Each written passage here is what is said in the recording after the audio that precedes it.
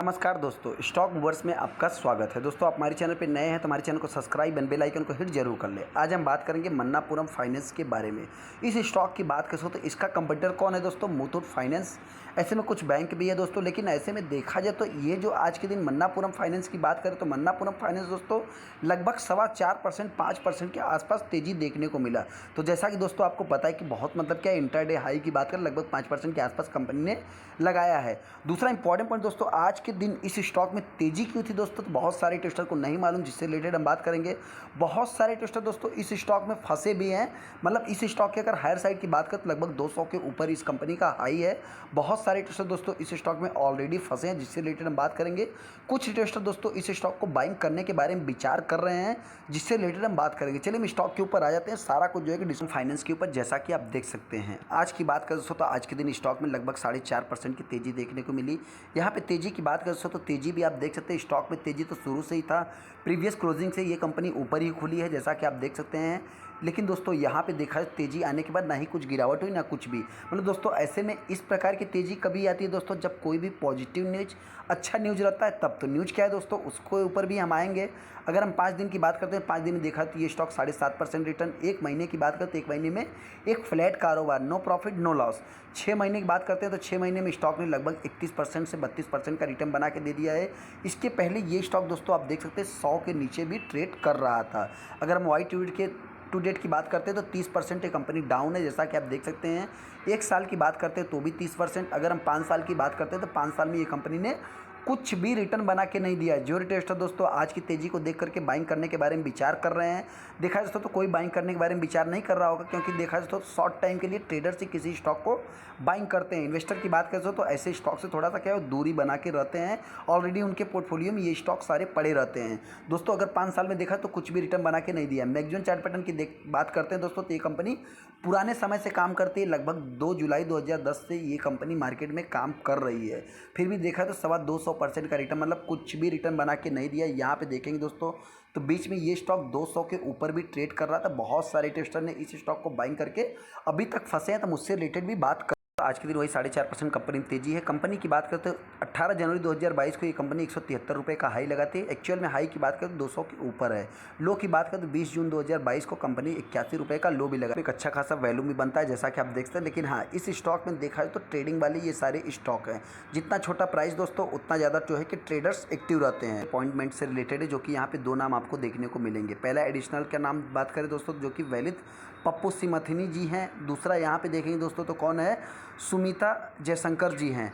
Company की बात करें तो बोर्ड मीटिंग की बात करें तो यहाँ पे अभी तक कुछ भी अवेलेबल नहीं है। ऐसे में इस कंपनी की बात करें तो ये कंपनी 75 पैसे के आसपास ही डिविडेंड पे करती है। इसके बारे में दोस्तों हमने कई बार डिटेल्स वीडियो बनाया है। ये कंपनी करती क्या है दोस्तों, तो ये कंपनी गोल्ड लोन प्रोवाइड करती है। इस कंपनी की बात करें तो ये कंपनी NBFC को बिलोंग करती है।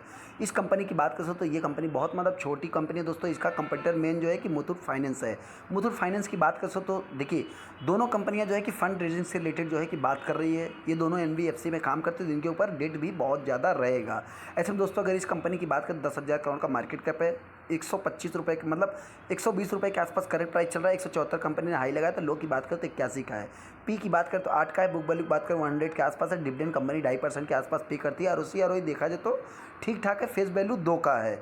ऐसे में अगर हम कंपनी के कंपटीटर की बात करते हैं दोस्तों तो आप देख सकते हैं सबसे पहले नंबर बजाज फाइनेंस आता है, बजाज फिनसो आता है, SBI कार्ड आता है दोस्तों। लेकिन हाँ, यहाँ पे देखेंगे दोस्तों तो इसका जो मेन कंपटीटर है दोस्तों वो अवेलेबल ही नहीं। लेकिन दोस्तों आपसे बता दें मुथूट फाइनेंस इसका मेन कंपटीटर है। जैसा कि आप देख सकते हैं ये बहुत ही छोटी कंपनी है।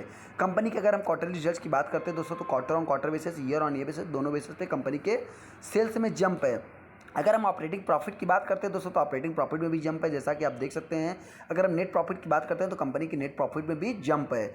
ऐसे में अगर हम P&L की बात करते हैं दोस्तों तो अभी तक की परफॉर्मेंस के हिसाब से कंपनी का P&L भी ठीक है दोस्तों। लेकिन क्या है, जिस हिसाब से परफॉर्मेंस होना चाहिए उस हिसाब से नहीं है।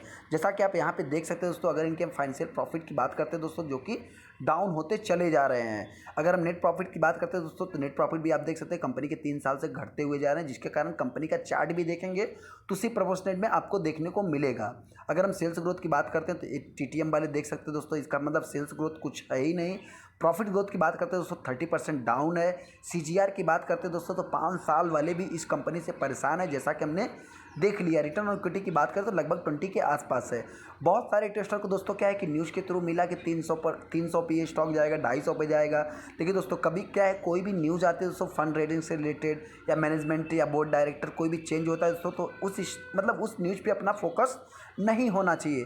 रिजर्व्स की बात मतलब दोस्तों क्या है, कोई फंड रेजिंग करता है तो बहुत लॉन्ग टाइम के लिए कोई मैनेजिंग डायरेक्टर या डायरेक्टर चेंज होते हैं दोस्तों, तो उनका रिएक्ट कैसा है उसके ऊपर भी अपना फोकस होना चाहिए।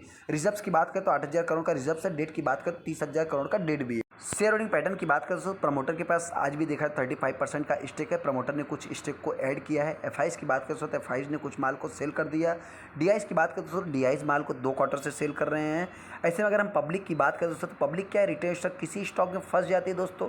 कोई पेनी स्टॉक बोले, छोटा स्टॉक बोले, मतलब इसको हम पेनी स्टॉक नहीं बोल रहे हैं, लेकिन अगर कोई छोटा प्राइस वाला स्टॉक में पब्लिक फंस जाती है दोस्तों, तो इस स्टॉक का प्राइस जैसे जैसे गिरता है तो पब्लिक क्या करती है दोस्तों, ऑरिजिन करती है। तो जैसा कि आप इस केस में भी देख सकते हैं दोस्तों, यहाँ पब्लिक जो है कि रिटेल इन्वेस्टर आपको बढ़ते हुए दिख रहे हैं। स्टॉक में अपने को करना क्या है, सबसे पहले दोस्तों बताना चाहते हैं, देखिए कोई भी न्यूज बेस पे अपने को अगर स्टॉक दिखता है, अगर इसके आप 5 दिन के चार्ट को देखें तो 5 दिन में स्टॉक लगभग 7.5% 8% का रिटर्न बना के दे दिया है। न्यूज़ की बात करें दोस्तों तो न्यूज़ सभी आपको न्यूज़ दिख गया 26 27 तारीख का, 29 तारीख का। मतलब दोस्तों हो सकता है कि कुछ मतलब क्या चांस है कि कंपनी जो है कि जनवरी में अपना रिजल्ट जो पेश करेगी वो रिजल्ट भी अच्छे रहेंगे। देखा जाए दोस्तों तो क्या है, कभी भी कंपनी कोई भी corporate action, announcement, board meeting जब भी कोई आता है दोस्तों तो स्टॉक में कुछ अपने को तेज़ी देखने को मिल जाती है। ऐसे में बहुत सारे इन्वेस्टर इस स्टॉक को बाइंग करने के बारे में विचार कर रहे हैं। तो सबसे पहले आप इसके 5 साल के चार्ट को देख सकते हैं दोस्तों। इसका मेन कंपटीटर कौन है दोस्तों, मुथूट फाइनेंस। मुथूट फाइनेंस की बात करें दोस्तों तो मुथूट फाइनेंस के अगर आप चार्ट को देखेंगे तो 5 साल में ये स्टॉक ने लगभग 125% का रिटर्न बना के दिया है। और अगर हम इसकी बात करते हैं दोस्तों मन्नापुरम की, तो मन्नापुरम को आप देखेंगे तो 5 साल में कुछ भी रिटर्न बना के नहीं दिया है। ऐसे में ये स्टॉक जो है कि निगेटिव चल रहा है। ऐसे में दोस्तों जो इन्वेस्टर इस स्टॉक को बाइंग करने के बारे में विचार कर रहे हैं, सबसे पहले दोस्तों आप अगर एक ही स्टॉक को खरीदना चाहते हैं तो मैं तो कहूँगा कि आप चाहे तो मुथूट फाइनेंस को बाई करें। मन्नापुरम की बात करें तो 10 क्वांटिटी आपको ऐड करके कोई मजा नहीं है। आप चाहे तो एक क्वांटिटी को ऐड करिए, लेकिन सॉलिड क्वांटिटी ऐड करिए।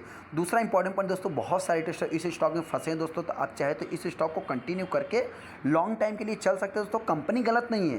क्या है दोस्तों, कोई मतलब क्या, आपको अगर लोन चाहिए, आपको कुछ भी चाहिए दोस्तों, तो क्या है आपके पास 2 ही ऑप्शन है, या तो मुथूट फाइनेंस है या तो मन्नापुरम है दोस्तों। देखा जाए तो आप चाहे किसी के भी पास जाइए, जाना पड़ेगा ही। तो ऐसे दोस्तों जिस समय मार्केट में मतलब क्या है, अभी तो फिलहाल बहुत सारा मतलब क्या है दोस्तों, कंपनियां फाइनेंस सेक्टर वाली स्ट्रगल कर रही है, तो ये भी कंपनी हो सकता है दोस्तों फ्यूचर में अच्छा कर सकती है। अभी फिलहाल की बात करें दोस्तों तो कुछ निगेटिव ज़्यादा ही है। तो ऐसे दोस्तों जो इन्वेस्टर इस स्टॉक को बाइंग करना चाहते हैं शॉर्ट टाइम के लिए, आप चाहे तो करंट प्राइस पे बाइंग कर सकते हैं। देखा दोस्तों तो अगर ये स्टॉक में गिरावट होती है तो ये स्टॉक हो सकता है कि 100 के नीचे आ सकता है। अगर हर साइड की बात करें दोस्तों, जल्द ये स्टॉक 130 रुपये के लेवल को टच कर सकता है। चलिए दोस्तों, वीडियो अच्छा लगा तो वीडियो को लाइक कर दे, चैनल सब्सक्राइब कर ले। थैंक यू दोस्तों।